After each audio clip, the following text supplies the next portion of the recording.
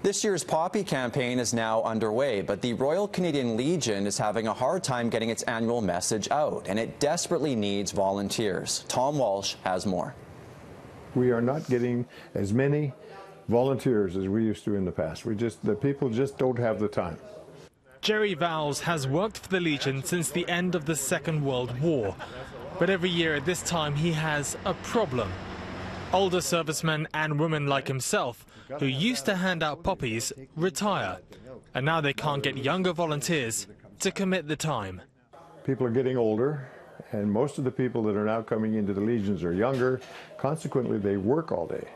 Jerry still tries to make up for the shortfall himself by doing his part on the street, but even he finds it difficult.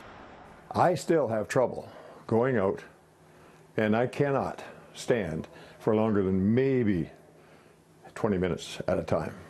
Well, as you can see, I decided to come out and do some poppy tagging for myself. Now, I'm here on Commercial Drive, and I've been here for the past hour. The number of people who've donated, 12. And I wouldn't say one of them was below the age of 30. And that's one of the biggest issues the Legion is having right now. They have decided that they just don't really want to support what's going on in the world these days, and I think part of that is they just don't buy a poppy. Another sign of the times is that many of the previous establishments that volunteers were allowed to work in have now shut their doors to the Legion, for reasons Jerry just can't fathom.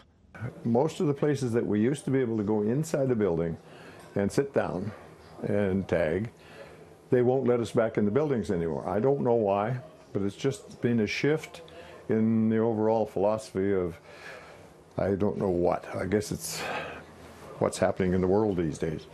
Politics aside, for Jerry, it's just about acknowledging those men and women who fought for our freedom. So when you see a poppy tagger, don't walk by. At least stop and say hello. Tom Walsh, City News, Vancouver.